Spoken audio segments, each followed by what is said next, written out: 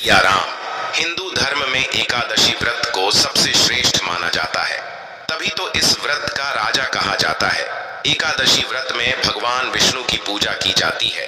मान्यता है कि जो व्यक्ति इस व्रत को सच्चे मन से करता है उसे सभी पाप से मुक्ति मिलती है और उसकी सभी मनोकामनाएं पूर्ण होती हैं। आज की वीडियो में हम बात करेंगे एकादशी व्रत।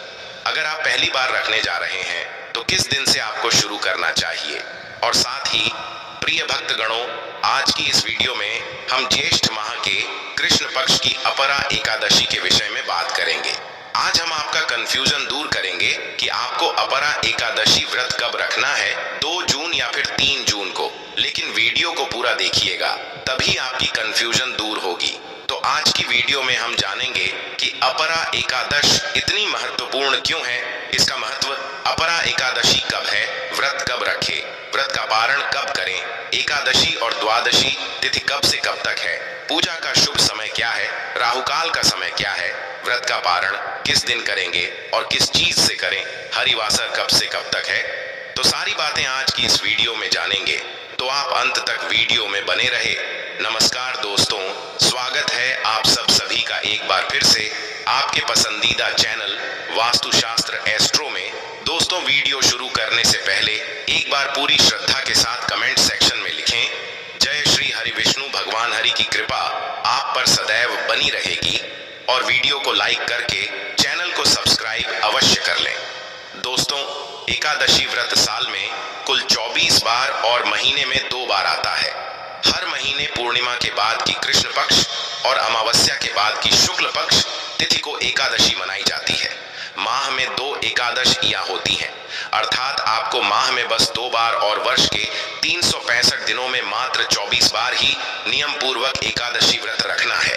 हालांकि प्रत्येक तीसरे वर्ष अधिक मास होने से 2 एकादशियां जुड़कर यह कुल 26 होती है। कृष्ण पक्ष में आने वाली एकादशी में व्रत करने से पूर्वजों और का आशीर्वाद प्राप्त होता है। वंश की वृद्धि के साथ संतान सुख की प्राप्ति भी होती है। इसी प्रकार शुक्ल पक्ष को पड़ने वाली एकादशी को व्रत करने से पितृमातृका एवं मातृमातृका को प्रसन्नता होती है और उन्हें मुक्ति मिलती है। पुराणों के अनुसार जो व्यक्ति एकादशी करता रहता है वह जीवन में कभी भी संकटों से नहीं घिर और उसके जीवन में धन और समृद्धि बनी रहती है। एकादशी व्रत के दिन चावल नहीं खाना चाहिए। इस दिन चावल को जीव के बराबर मानते हैं, क्योंकि शास्त्रों में धार्मिक मान्यता के अनुसार ऐसा माना जाता है कि एक बार महर्षि मेधा ने यज्ञ में आए हुए एक भिक्षु का अपमान किया था, जिसके कारण मां दुर्गा नाराज हो गई और मां दुर्गा को मनाने के लिए महर्षि मेधा ने अपना शरीर त्याग दिया, जमीन में धंस गया। इससे मां दुर्गा प्रसन्न हो गई और महर्षि को आशीर्वाद दिया कि उनके अंग भविष्य में अन्न के रूप में उगेगी। इस कारण एकादशी के दिन अन्न चावल और जौ उगा। उस दिन एकादशी तिथि थी, इसलिए चावल को जीव माना गया। यही वजह है कि एकादशी के दिन चावल खाना नहीं खाना चाहिए। दोस्तों, एकादशी के दिन दान करना अच्छा माना गया है। वृत्ति व्यक्ति को इस दिन सामर्थ्य के अनुसार वस्त्र, जल, आभूषण, आसन, पंखा और फल इत्यादि का दान करना चाहिए। मान्यता है कि इस दिन जल से भरे कलश का दान करने से बहुत अधिक पुण्य प्राप्त होता है, लेकिन इस दिन चावल और आटा को दान करना इस दिन निषेध है। यह दोनों चावल और आटा और अगले दिन द्वादशी के दिन दान करना चाहिए। दोस्तों, लिए अब जानते हैं एकादशी व्रत अगर आप पहली बार शुरू कर रहे हैं तो कब से शुरू कर चाहिए। लेकिन अभी तक आपने वीडियो को लाइक नहीं किया है तो वीडियो को लाइक करके चैनल को सब्सक्राइब अवश्य कर लें। दोस्तों, एकादशी का व्रत, दोस्तों, 2 तरह का होता है, नित्य और काम्य व्रत। जब आप नित्य व्रत करते हैं तो उसमें केवल आप भगवान की उपासना करते हैं, और जो भी आप व्रत कर रहे हैं उसके लिए आप भगवान से कोई भी आशीर्वाद, मनोकामना नहीं मांगते हैं। इसे हम बोलते हैं नित्य व्रत। इसे हम किसी भी एकादशी से उठा सकते हैं। इस व्रत को उठाने का कोई नियम नहीं है। अब दूसरा व्रत आता है काम्य व्रत। हमारे जीवन में बहुत सारे तरह के दुख, तकलीफें, कठिनाइयां आती है। किसी के पास धन नहीं है, किसी के पास संतान नहीं है, किसी के जीवन में रोग सता रहे हैं, किसी के जीवन में दुख संपदा की कमी, कई ऐसी बातें हैं जिनको हम दूर करना चाहते हैं। इस इसलिए भगवान की शरण में जाते हैं, प्रार्थना करते हैं और व्रत करते हैं। अब हम चाहते कि हमारे जीवन की जो भी समस्याएं हैं वह दूर हो जाएं, हमें हमारे मनोवांछित व्रत का फल मिले, तो इसे हम बोलेंगे काम्य एकादशी। व्रत एकादशी का व्रत शुरू न करने के लिए 3 महीने बताए गए हैं। मलमास, पौष और भादो का महीना, इन तीनों महीनों में आप एकादशी का उपवास शुरू मत करिए। इसके अलावा दूसरे सभी महीनों में इस व्रत को शुरू कर सकते हैं, पर इसमें भी उसको 4 महीने बहुत ही श्रेष्ठ बताए गए हैं, जिनमें कि आपको इस व्रत को अवश्य शुरू करना चाहिए। सबसे पहले हम बात कर लेते हैं मार्गशीर्ष का महीना। इस महीने में दोस्तों उत्पन्ना एकादशी आती है, साथ ही साथ मोक्षदा एकादशी आती है। ऐसा कहा गया है कि एकादशी माता का प्रादुर्भाव उत्पन्ना एकादशी के दिन से हुआ था, जिसके महत्व की कथा मैं बहुत ही जल्दी आपको बताने वाला हूं। मैं आपको वैसे भी पूरा एकादशी को जो महत्व है वह बताने वाला हूं, तो दोस्तों एकदम ध्यान से सुनिए। तो आप चाहे तो मार्ग षष्ठ एकादशी से एकादशी व्रत करने की शुरुआत कर सकते हैं। अगर आप इस महीने में नहीं कर पाते हैं तो आप चैत्र के महीने, वैशाख के महीने या माघ के महीने से एकादशी व्रत करना शुरू करते हैं, तो यह महापुण्यदायी फलदायी होती है। आपकी मनोकामना जरूर पूरी होती है। साथ ही साथ दो हमें और भी 2 बातों का ध्यान रखना है जब भी आप व्रत को शुरू करें। पहली बात कि गुरु तारा और शुक्र तारा उदय होना चाहिए। शुक्र हमारे जीवन में धन वैभव लेकर आता है। गुरु हमें हमारी जो भी आवश्यकताएं हैं उनको पूरा करने के लिए कि हमें किस तरह से काम करना चाहिए, क्या योजनाएं बनानी चाहिए, सबको गमन करता है। तो यह 2 ग्रह हैं, इन दोनों को उदय होना चाहिए। अब आप पूछेंगे कि आपको कैसे पता पड़ेगा दोस्तों? कैलेंडर में आप देखेंगे कि जब भी आपके पास कोई भी पंचांग है, खास तौर पर मैं पंचांग की बात कर रहा हूं जिसमें तिथि दी रहती है, त्योहार दिए रहते हैं, वहीं पर दोस्तों पंचांग में ऊपर की तरफ से छोटा सा ब्लॉक होता है जहां ग्रह स्थिति दी होती है। ग्रह यानी सूर्य, चंद्र, तारा, जो भी ग्रह है उन सब की क्या प्लेनेटरी पोजीशन है, सूर्य, चंद्र, मंगल, बुध, शनि, शुक्र, गुरु, सभी की। तो उसमें लिखा रहता है गुरु और शुक्र तारा कब से कब तक उदय रहेगा, कब से कब अंत रहेगा, गुरु और शुक्र तारे की क्या पोजीशन है। तो दोस्तों आप कैलेंडर चेक कर ले, या तो फिर मैं कोई और दूसरा वीडियो बना दूंगा जिससे कि मैं आपको बता दूंगा कि आप कब कब किस डेट से इस व्रत को शुरू कर सकते हैं, तो आप उसे फॉलो कर लीजिएगा। पर यहाँ पर आप खुद भी चेक कर सकते, तो आप इस तरह से देख लीजिए। और दोस्तों इसके बाद एक और नियम आता है जिसमें कि कई जगह बताया गया है कि अगर आप गृहस्थ से हैं, आप पारिवारिक जिम्मेदारियों से बंधे हुए हैं, तो आप कृष्ण पक्ष की एकादशी का व्रत ना भी करें तो चलेगा। यानी आप केवल शुक्ल पक्ष की एकादशी का व्रत और उपवास कर सकते हैं। कृष्ण पक्ष की एकादशी में भी आपको दान पुण्य जरूर करना चाहिए। खास तौर से जिनके जीवन में संतान सुख है वह कृष्ण पक्ष की एकादशी का व्रत नहीं करते हैं, तो ठीक है, लेकिन उन्हें शुक्ल पक्ष की एकादशी का व्रत करना चाहिए। ऐसा कहा गया है कि गृहस्थ और पुत्रवाण को शुक्ल पक्ष की एकादशी का व्रत करना श्रेष्ठ बताया गया है। पुत्रवाण से मतलब जिसके संतान हो, साथ ही साथ ऐसा कहा गया है जैसे अगर आप सन्यासी हैं, विधवा है, या फिर आपके जीवन में संतान नहीं है, तब आपको दोस्तों दोनों एकादशी का व्रत करना चाहिए। कृष्ण पक्ष और शुक्ल पक्ष दोनों एकादशी का व्रत करना चाहिए। दोस्तों यह तो समय हो गया जिसमें मैंने आपको बताया किन किन महीनों से एकादशी का व्रत आपको शुरू करना चाहिए और आपको किन किन बातों का ध्यान रखना चाहिए। आए अब जानते हैं एकादशी व्रत की पूजा विधि। एकादशी के दिन आप जब व्रत रखें तो सुबह जल्दी उठकर घर की साफ सफाई करके स्नान करें और इस दिन भगवान विष्णु का पूजन पीले रंग की सामग्रियों से जरूर करें।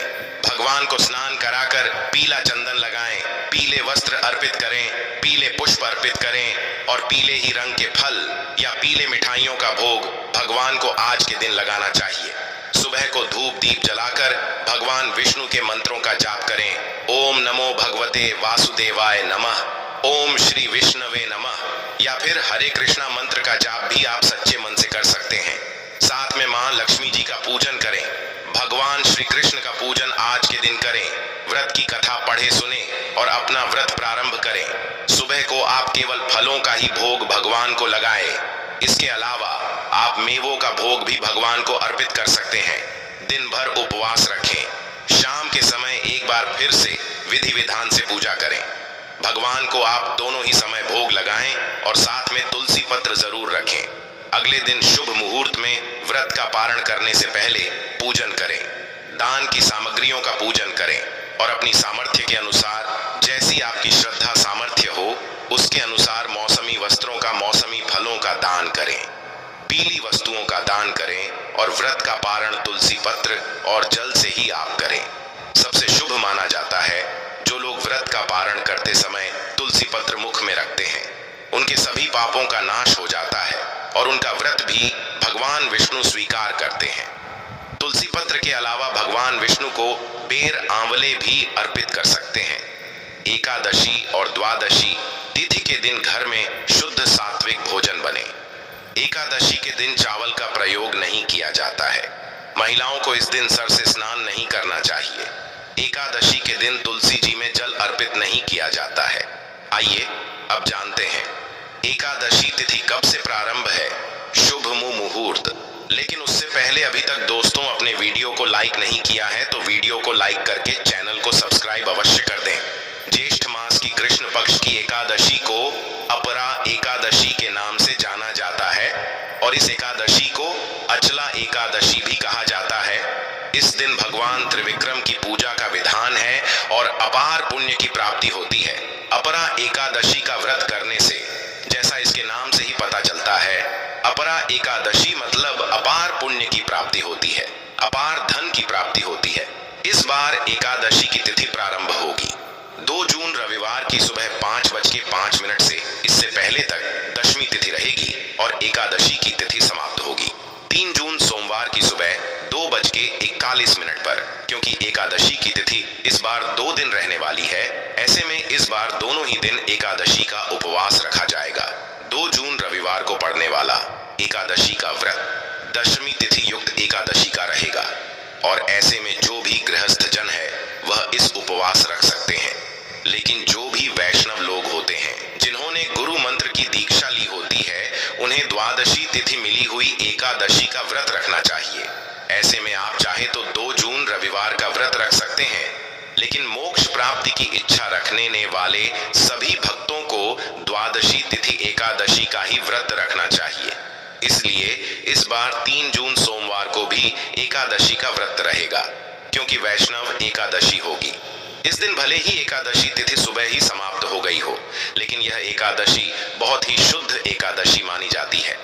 व्रत रखते समय आपको इस बात का भी ध्यान देना चाहिए कि अगले दिन द्वादशी तिथि पर सुबह के समय हरिवासर ना हो। यदि सुबह के समय हरिवासर होता है, उस समय व्रत नहीं खोला जाता है। हमेशा हरिवासर का समय समाप्त होने के बाद व्रत खोला जाता है। ऐसे में अगर आप 2 जून रविवार को एकादशी का व्रत रख रहे हैं तो आपको 3 जून को थोड़ा देर से व्रत का पारण करना होगा। द्वादशी तिथि प्रारंभ होगी 3 जून सोमवार की सुबह 2:42 से और इसी के साथ हरिवासर का समय भी शुरू हो जाएगा। शुरुआत के 5 से 6 घंटे का समय हरिवासर रहता है और द्वादशी तिथि समाप्त होगी 4 जून मंगलवार को, यानी कि 3 जून सोमवार की ही मध्य रात्रि 12:12 पर। हरिवासर का जो समय है वह 3 जून सोमवार को सुबह 8:30 पर समाप्त होगा। इससे पहले तक आप उपवास नहीं खोल सकते क्योंकि हरिवासर रहेगा। ऐसे में जिन्होंने भी 2 जून को एकादशी का उपवास रखा है, उन्हें 3 जून सोमवार को सुबह 8:35 से 9:55 के बीच में एकादशी का उपवास खोलना चाहिए। यदि किसी कारण से आप सुबह के समय उपवास ना खोल पाए तो आप दोपहर 1 बजे से 3 बजे के बीच में अपना उपवास खोल सकते हैं। और जिन्होंने भी 3 जून सोमवार को वैष्णव अपरा एकादशी का उपवास रखा है, वह 4 जून मंगलवार को सुबह 5:14 से 6:12 के बीच में अपना उपवास खुलेंगे। इस समय आपको अपने व्रत का पारण करना होगा। आप हमेशा पारण मुहूर्त से पहले पूजा कर लें, भगवान को भोग लगा लें और जब पारण मुहूर्त हो उस समय आप विधि विधान से, यदि आपकी सामर्थ्य हो तो किसी ब्राह्मण देवता को, किसी पुजारी को या किसी वैष्णव को अपने घर पर आमंत्रित करके उन्हें भोग प्रसाद दे और उसके बाद तुलसी पत्र और जल से अपना उपवास खोल सकते हैं। तो अब अब बात करते हैं कि अपरा एकादशी के दिन ऐसा कौन सा विशेष उपाय करें जिससे कि श्री हरि विष्णु और महालक्ष्मी की कृपा हमें प्राप्त हो, हमारे जीवन में धन संपदा बनी रहे और जो हम व्रत करते हैं उसका पुण्य फल हमें प्राप्त हो। आज के दिन भगवान विष्णु और महालक्ष्मी की विधिवत पूजा करनी है। संयुक्त रूप से चंदन यात्रा का अंतिम दिन भी है, तो आज आप चंदन से श्रृंगार कीजिए। भगवान श्री हरि विष्णु का तुलसी दल जरूर अर्पित करना है आपको। मखाने की खीर बनाकर उसमें अगर आप केसर युक्त मखाने की खीर बनाएं, जैसे आप थोड़ा सा केसर डाल दें तो पीली खीर हो जाती है। उसके बाद आपको उसमें तुलसी दल डालना है और इसके साथ अगर आप भगवान श्री विष्णु को अर्पित करते हैं ये मखाने की खीर, तो समस्त प्रकार के पुण्य फलों की प्राप्ति हो और आपकी सभी इच्छाएं भगवान श्री हरि विष्णु पूर्ण करते हैं। मां लक्ष्मी की जब पूजा कर रहे हैं तो गुलाब के पुष्प उन्हें जरूरत अर्पित कीजिए और जब आप गुलाब के पुष्प अर्पित कर रहे हैं महालक्ष्मी के मंत्र का जाप कीजिए। ओम श्रीम ह्रीम श्री कमले कमलालय प्रसीद प्रसीद श्री ह्रीम श्री। यह महालक्ष्मी नम मंत्र का जाप आप अधिक से अधिक कीजिए। संभव हो तो कमल गट्टे की माला लेकर एक माला कर लीजिए, बहुत श्रेष्ठ फल की प्राप्ति होती है। एकादशी के दिन मां लक्ष्मी के मंत्र का जाप करने का, भगवान श्री हरि विष्णु के मंत्र का जाप करने का, इस मंत्र का जप करें आप और जो फूल आपने मां लक्ष्मी को अर्पित किए हैं वह पुष्प पर पूजा के बाद एक लाल रेशमी कपड़े में बांधकर अपने धन रखने के स्थान पर रख दीजिए। इससे आपके घर में कभी भी धन का अभाव नहीं होगा, हमेशा धन का आगमन बना रहेगा और धन का संचय बना रहेगा। भगवान श्री हरि विष्णु की जब आप पूजा कर रहे हैं तो तुलसी के पत्ते ले लीजिए और सब पर आपको चंदन लगाना है। पीला चंदन लगा लीजिए और यह चंदन युक्त तुलसी पत्र भगवान श्री हरि विष्णु के चरणों में अर्पित कीजिए। मां लक्ष्मी का मंत्र जप कर रहे हैं, भगवान श्री हरि विष्णु के भी मंत्र का जाप कीजिए और विष्णु सहस्त्र नाम का पाठ और कनकधारा स्तोत्र का पाठ आज करने से आपके जीवन में सदा धन संपदा बनी रहती है। अपरा एकादशी का व्रत करने से अपार धन अपार पुण्य की प्राप्ति होती है। इस दिन विधि विधान से भगवान श्री हरि विष्णु की अगर आप पूजा करते हैं, मां लक्ष्मी की पूजा करते हैं, नियमों का पालन करके इस व्रत को करते हैं, तो आपके जीवन में सदा धन संपदा बनी रहती है और सभी प्रकार के पाप कर्मों से भी मुक्ति मिलती है।